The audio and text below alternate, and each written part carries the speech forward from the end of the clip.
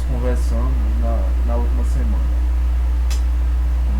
Desde o início da disciplina, a gente só tá trabalhando com software. E o software ele dá os resultados de uma maneira bem fácil.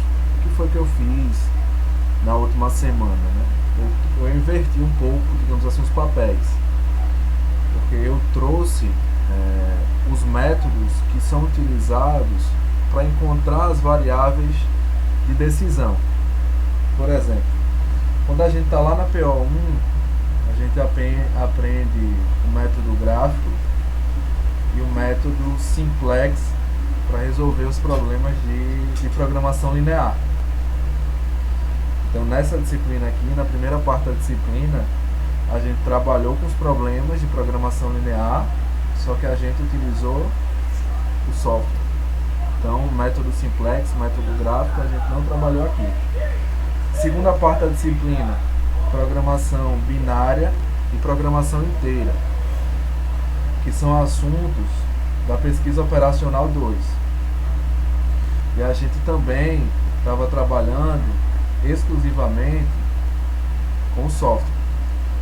Só que eu julguei importante que eu apresentasse para vocês, assim como vocês aprenderam método gráfico, método simplex na programação linear e o software, eu julguei importante trazer pelo menos um método que é utilizado, né, digamos assim, mecanicamente, para vocês entenderem a heurística que existe por trás de um software. Não é porque a gente joga os valores lá de uma maneira bem tranquila, que os resultados são gerados, que não existe todo um heurística, que existe um heurística.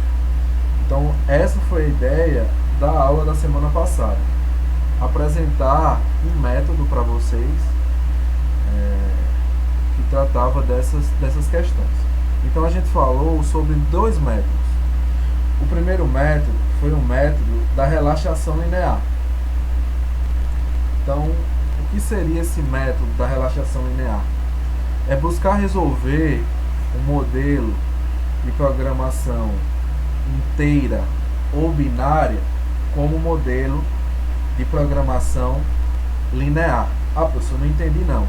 Então você pega o modelo de programação inteira ou binária, lembrando que o modelo de programação inteira é aquele que possui as variáveis de decisão números inteiros ou números discretos dentro do conjunto de valores permitidos, 1, 2, 3, 4 números inteiros, e variáveis binárias, modelo de programação binária, são aqueles modelos que assumem apenas duas variáveis, 0 ou 1.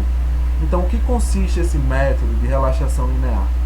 É buscar resolver esses métodos de programação inteira, que só possui variáveis inteiras, e o método de programação binária, que só possui variáveis binárias, resolver como se fosse um modelo de programação linear.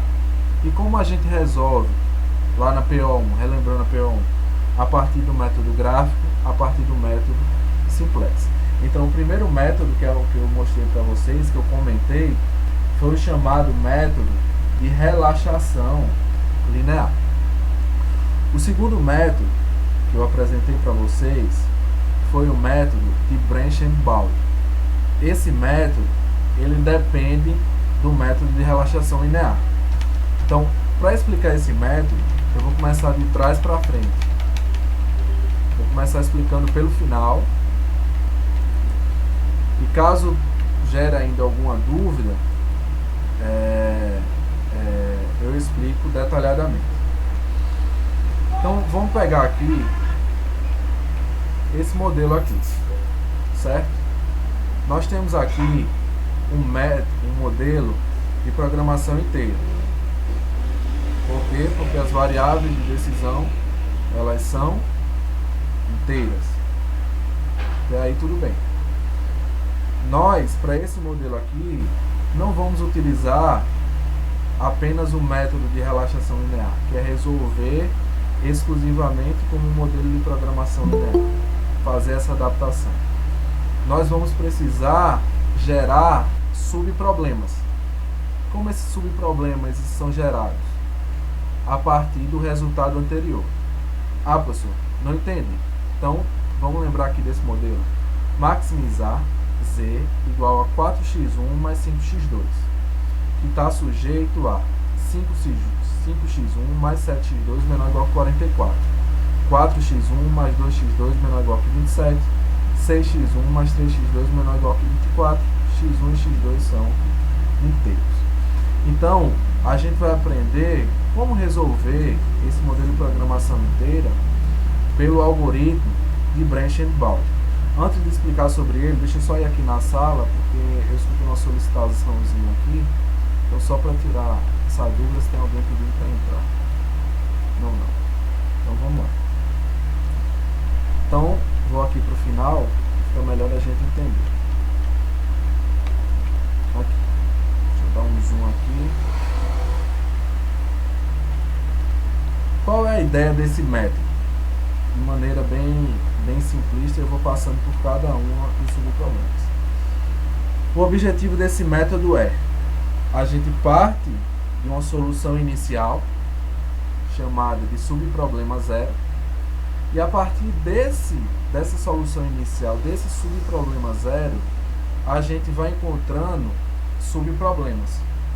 E quando a gente para, quando as duas variáveis de decisão elas são do tipo inteira.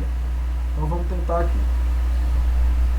Nesse subproblema zero, a gente pega o nosso modelo que eu apresentei anteriormente para vocês, o modelo de programação linear, e resolve como se fosse um modelo de programação inteira, e resolve como se fosse um modelo de programação linear.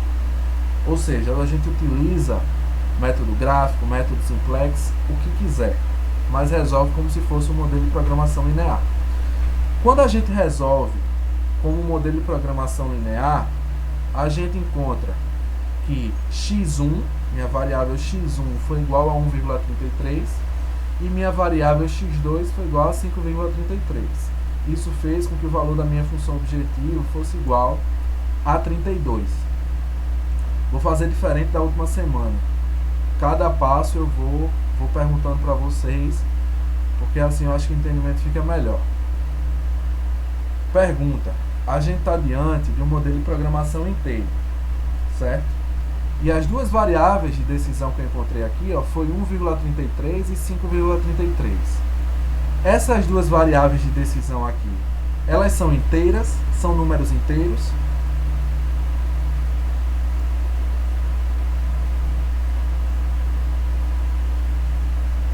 Primeira pergunta é essa. Repete a pergunta, por gentileza. Repito sim. A gente resolveu o nosso modelo de programação inteira, como se fosse um modelo de programação linear. E os resultados que a gente chegou foram esses aqui, ó. x1 igual a 1,33 e x2 igual a 5,33. A pergunta é: essas duas variáveis de decisão que eu encontrei, elas são do tipo inteira? Não. Pronto. Como elas não são do tipo inteira, elas não satisfazem o pré-requisito básico do modelo de programação inteira, que as duas variáveis, ou todas as variáveis, elas sejam inteiras. Então, como esse subproblema zero não trouxe que as duas variáveis de decisão são inteiras, eu preciso encontrar subproblemas para que eu satisfaça essa condição, de que as variáveis de decisão elas sejam inteiras. Então, vamos lá. x1 e x2 não são inteiras. Então, eu podia analisar qualquer uma dessas variáveis para tentar transformá-las em variáveis inteiras. Mas eu decidi analisar x1. Então, para que x1 aqui fosse uma variável inteira, eu teria duas opções. x1 poderia ser igual a 1, ou x1 poderia ser igual a 2. Por que x1 poderia ser igual a 1 ou x1 poderia ser igual a 2? O valor foi 1,33. Para que 1,33 seja transformada em uma variável inteira, ela pode ou aumentar para 2 ou diminuir para 1, certo? Então eu vou analisar dois valores para x1, quando x1 é menor ou igual que 1 e quando x1 é maior ou igual que 2. Isso vai gerar dois novos subproblemas. Aí vocês podem me perguntar, professor, por que ficou menor ou igual que 1? Relembro para vocês. Quando a gente vai analisar subproblemas, os valores que a gente vai analisar, eles vão entrar como novas restrições no problema anterior. Então, se aqui, para x1 menor ou igual que 1, eu escolher o sinal de menor ou igual, para x1, para o outro subproblema, vai ser o sentido oposto. Ou seja, maior ou igual que 2. Então, uma vez que eu defini o sentido dessa desigualdade, a desigualdade do outro subproblema vai ser o inverso. Tranquilo? Deu para entender por que ficou 1 e por que ficou 2? Tranquilo, né? Eu não entendi o que a Diana falou, mas... Professor, repete de novo, por gentileza. Repito sim. Vamos lá. x1 e x2 não foram variáveis inteiras. A gente já chegou a esse consenso, certo? Como eu quero um modelo de programação inteiro, eu preciso que essas variáveis sejam inteiras. Então, eu poderia analisar ou x1 ou x2, para que elas fossem variáveis inteiras. Eu decidi analisar x1. x1 aqui foi igual a 1,33. Para que x1 fosse uma variável inteira, eu preciso transformar essa variável de decisão, que foi contínua, em números inteiros. Ou seja, eu preciso analisar dois subproblemas. Por que dois subproblemas? Porque x1, que foi igual a 1,33, para que ele fosse um número inteiro, x1 poderia ser tanto igual a 1 como igual a 2. Então é por isso que os subproblemas gerados são x1 menor ou igual que 1 e x1 maior ou igual que 2. O sentido dessa desigualdade foi eu que escolhi.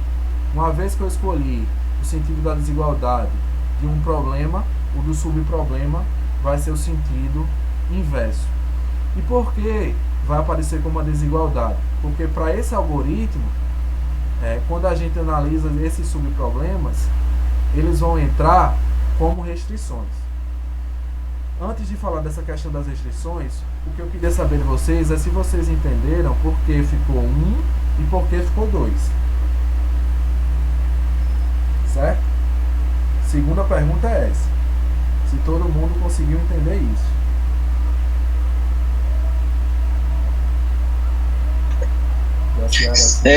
Professor, no caso é tipo uma aproximação, né?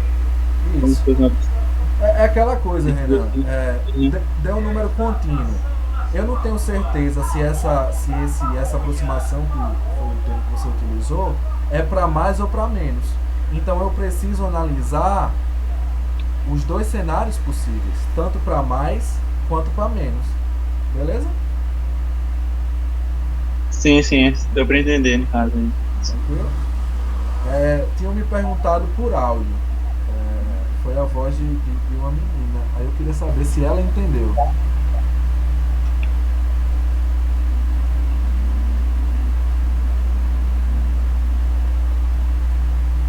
Foi a Andresa, eu acho que perguntou. Foi não, foi a Jaciara. Mas eu entendi o do sinal. Eu entendi o porquê do sinal. Só não estou conseguindo assimilar o porquê do 1 e do 2. Ainda não. Então vamos lá.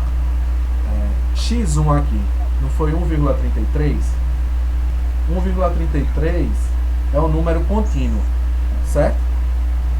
Quando eu tenho um modelo de programação inteira, o requisito base é que essas variáveis de decisão elas sejam inteiras, certo? Então, o que é que esse algoritmo vai dizer? Que essas variáveis que são contínuas, eu preciso transformá-las em restrições para que elas se tornem números inteiros. Como assim, professor? x1 foi igual a 1,33. Então eu preciso analisar as duas opções que transformariam x1 em uma variável inteira.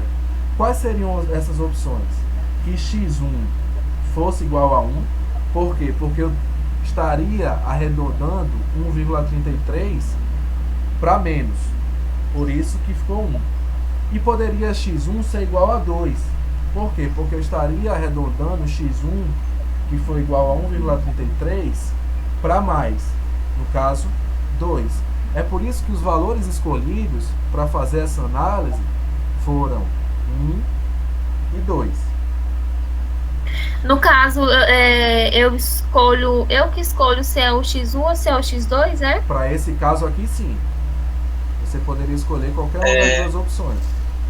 Professor, nesse caso aí, tipo, o senhor tá falando que é contínuo, mas pode se considerar como toda fração, né? Que não é inteira, Isso, pode... exatamente. É porque dá a ideia também que é tipo só número que é infinito, assim, tipo 1,33, que ele não vai vários 3, entendeu? Então eu peço perdão, assim, nessa. Então é como o Renan falou, fração. Número contínuo ou fração. Exatamente. Porque tem 1,6666 lá, até infinito lá. Tipo, eu tava imaginando que era só isso, entendeu? Também dá pra entender. Mas aí no caso, então só fazendo é número contínuo ou fracionário, digamos assim, que não é inteiro. Certo? Andresa? Professor, aí nesse caso aí, deu subproblema 2, né? Viu que... mas você não chegou nessa parte ainda, né? Ainda não. Eu quero que vocês entendam. Tá bom, então. Não segue o baile, depois não tira dúvida. Certo. O inteiro aí deu pra entender. O que vamos... Pronto, entenderam o 1 e o 2. Entendi. O que a gente vai agora? Pro subproblema 1 e o subproblema 2. x1 aqui não foi menor ou igual que 1? Esse subproblema 1 vai ser o subproblema 0, sendo que eu adiciono mais uma restrição. Que restrição é essa? x1 menor ou igual que 1. E depois que eu adiciono essa restrição, mais uma restrição, eu resolvo mais uma vez como se fosse um modelo de programação linear. Certo? E ao resolver esse novo subproblema, chamado subproblema 1, eu vou encontrar os seguintes valores: x1 igual a 1, x2 igual a 5,57. Antes de perguntar se vocês entenderam, eu vou para o subproblema 2. O que vai ser o subproblema 2?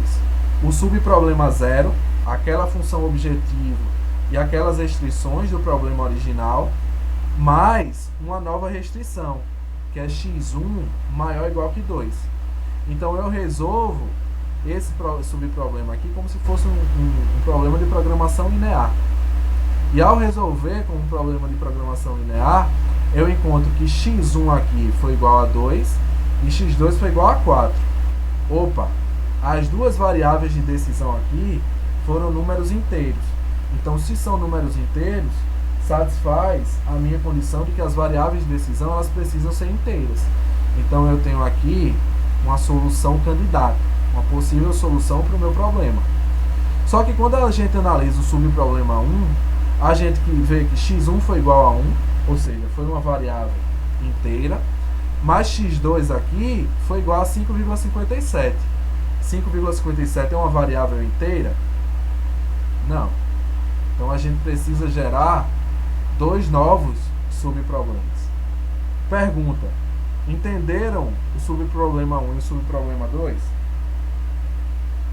Sim, eu entendi. No caso, tipo, só não deu pra entender porque que gerou outro ali do subproblema 1. Eu vou chegar lá. Não, pode continuar então. Então eu vou seguir aqui. Então, ó, a gente vê aqui, o subproblema 2 ficou tranquilo para todo mundo, né? Aqui todo mundo entendeu, certo? Entendeu porque é uma solução candidata, porque é uma solução possível. Sim. Por causa dos números inteiros. Certo. A gente vai para o subproblema 1. Quando a gente analisa o subproblema 1, a gente vê que o x1 foi igual a 1. x1 igual a 1, beleza, é uma variável inteira. Mas quando a gente analisa o x2, a gente vê que o x2 foi 5,57. 5,57 é um número inteiro? Não. Se não é um número inteiro, a gente precisa gerar novos subproblemas para que essas duas variáveis de decisão também fossem inteiras. Porque a gente só para quando não tem, digamos assim, mais para onde correr, mais para onde sair. quando todas as variáveis são inteiras. Mas nesse caso aqui, ó, x2 não é uma variável inteira. Dá para gerar dois novos subproblemas. Quais vão ser esses subproblemas? x2 menor ou igual que 5 e x2 maior ou igual que 6. Ah, professor, por que ficou 5 e 6? A gente viu aqui que x2 foi igual a 5,57. Para que x2 fosse uma variável inteira, esse valor ele podia aumentar, ser igual a 6, ou diminuir, ser igual a 5. Ser igual a 5. Então é por isso que os subproblemas 3 e 4 analisam quando x2 é menor ou igual que 5 e quando x2 é maior ou igual que 6. Pergunta: deu para entender agora, Renan? Porque gerou esses subproblemas e os demais? Sim, sim. Só que parece que vai ser um loop infinito, né? Não vai acabar, não. Vamos ver até onde é que vai. Andresa, deu para entender aí? Minha dúvida é se sempre vai dar fração ali em algum X ali. Então vamos ver aqui. A gente analisa o subproblema 3. Quem vai ser o subproblema 3? A gente vê aqui, acompanha aqui. O subproblema 3 vai ser igual ao subproblema 0, problema inicial, mais essa restrição aqui, x1 menor ou igual que 1, mais essa restrição aqui, ó, x2 menor ou igual que 5. Esse vai ser meu novo subproblema. Ao resolver esse subproblema, eu encontrei que meu x1 foi igual a 1, meu x2 foi igual a 5. Opa, duas variáveis inteiras. Então, não preciso gerar subproblemas a partir dele. Temos aqui mais uma solução candidata, uma solução possível para o meu problema. Agora a gente precisa analisar o outro lado da moeda, que é o subproblema 4. Quando a gente analisa o subproblema 4, o que vai ser o subproblema 4? A gente acompanha aqui o caminho dele. Vai ser o problema inicial, com aquela função objetiva, com as restrições, mais essa restrição aqui, ó, x1 menor ou igual que 1, mais essa restrição aqui, ó, x2 maior ou igual que 6. Então, quando a gente resolve esse subproblema aqui, a gente encontra que x1 foi igual a 0,4 e x2 foi igual a 6. x2 foi uma variável inteira, mas x1 não foi. Se x1 não foi uma variável inteira, o que é que a gente vai precisar fazer? Gerar novos subproblemas, naquilo que o Renan falou, né? Naquele loop infinito. Mas não é um loop infinito, vai chegar ao final. Uma hora a gente chega a esse final. Então, até aqui, tudo tranquilo para todo mundo, né? Até o subproblema 4.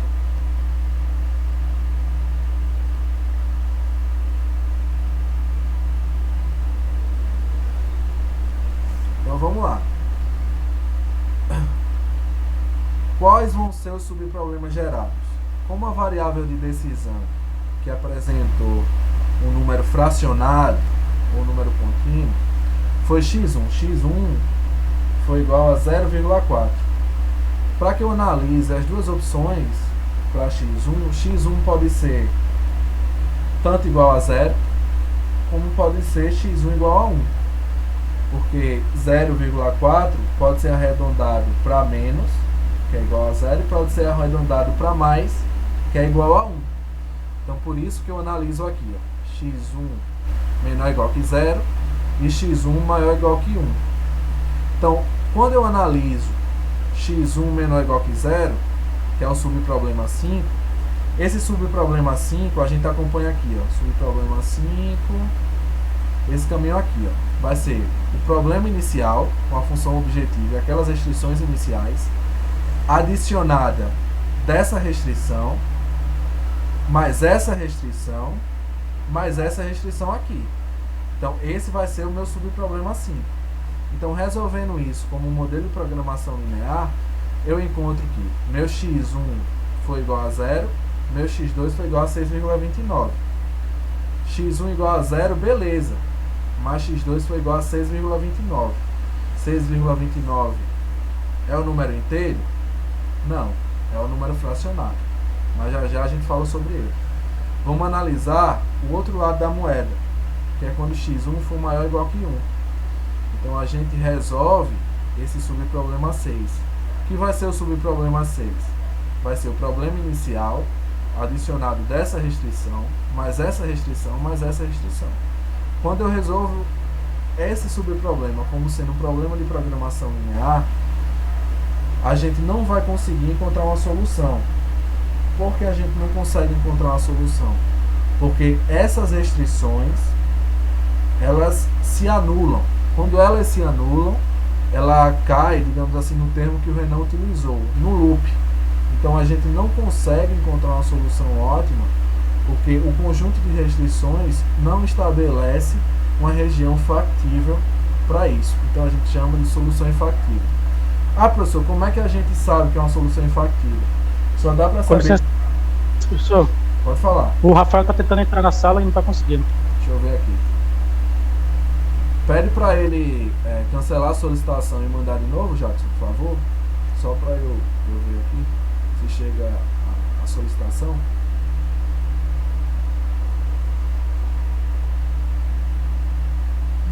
Professor, Pode falar. o senhor está gravando? Tô. Quando o senhor finalizar, o senhor pode postar o vídeo da aula passada e dessa no cigarro, por Poxa, favor? da aula passada eu tive problemas para postar, porque o meu OBS, ele tá até aqui gravando. Vou mostrar para vocês. Tá vendo aqui que tá gravando? Só que quando eu fui salvar o vídeo, não só na última aula, nas últimas semanas, não tá gerando o vídeo. Eu tive problemas. Espero que dessa vez não traga nenhum estresse. Mas eu vou tentar postar. Certo? Obrigada. Nada. Então, só voltando aqui, pessoal. Então, a solução infactível é quando a gente tenta resolver um modelo e não consegue chegar ao resultado ótimo, em função das restrições que aquele modelo possui. Então, a gente chama de solução infactível. Então, quando a gente vê aqui, ó, o nosso subproblema 5, a gente vê que x2 foi igual a 6,29. Ou seja, se x2 for igual a 6,29, não é um número inteiro. Então a gente precisa gerar outros subproblemas. Quais vão ser esses subproblemas? Agora deu certo. Quais vão ser esses subproblemas? Quando x2 é menor ou igual que 6, quando x2 é maior ou igual que 7. Então, por que 6 e 7? O valor que é contínuo é 6,29. 6,29 pode ser arredondado tanto para menos, para ser igual a 6, como pode ser arredondado para mais, para ser igual a 7. Então eu preciso analisar esses dois subproblemas. Então quando eu analiso o meu subproblema 7, eu vejo que meu x1 foi igual a 0 e meu x2 foi igual a 6. Opa, as duas variáveis de decisão foram inteiras. Tenho aqui mais uma solução possível para o meu problema. Quando eu analiso o subproblema 8, cai na mesma situação do subproblema 6. Não consigo gerar uma solução para esse subproblema. Quando a gente se depara com essa situação, em que nós não temos mais variáveis contínuas ou fracionadas, nós não temos mais para onde ir. Então, quando nós temos mais para onde ir, o que analisar, o algoritmo para e nós precisamos analisar a solução ótima. Então, a solução, para analisar essa solução ótima, a gente precisa encontrar qual é o maior valor para o problema de maximização ou qual é o menor valor para o problema de minimização. Antes de chegar nesse entendimento da solução ótima, o que eu queria perguntar para vocês se vocês conseguiram entender como se estruturou esse algoritmo até o passo final. Então, o entendimento que eu quero de vocês é se vocês conseguiram entender como funcionou essa heurística. Sim. Então, o Renan deu retorno, a Andresa deu retorno. É só na parte que se referente à escolha, que você falou que eu não entendi muito bem. No caso, se for minimização e tem que escolher o menor z, seria isso, no caso?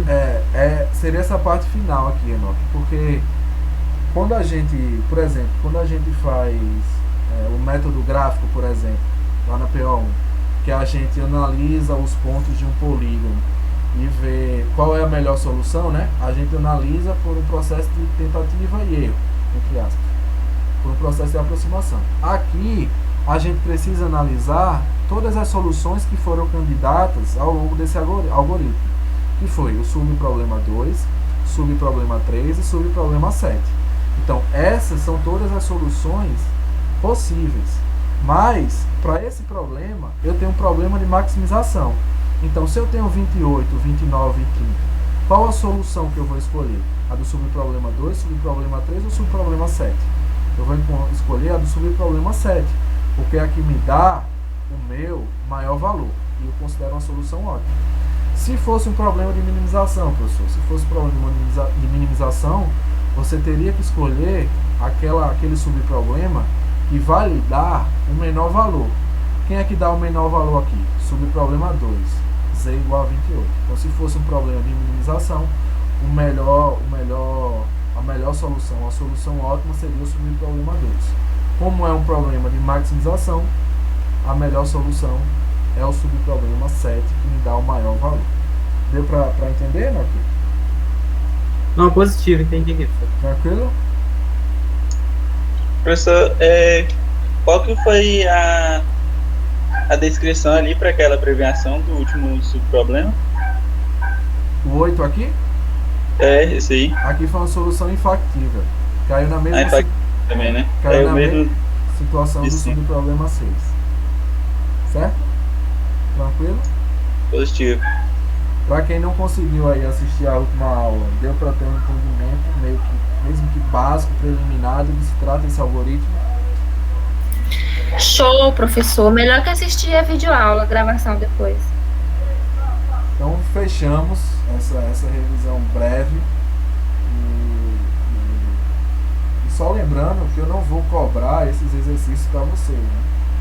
Um exercício como esse, até porque essa parte aí é da PO2 e não faz sentido cobrar. Eu só quis mostrar para vocês que existe toda uma heurística por trás dos resultados que são gerados tão facilmente pelo software. Tranquilo? Então, vamos para a aula de hoje. O conteúdo da aula de hoje eu vou interromper a apresentação aqui e vou até tentar salvar logo o vídeo, porque para ver se foi gerado, né? Alguém perguntou sobre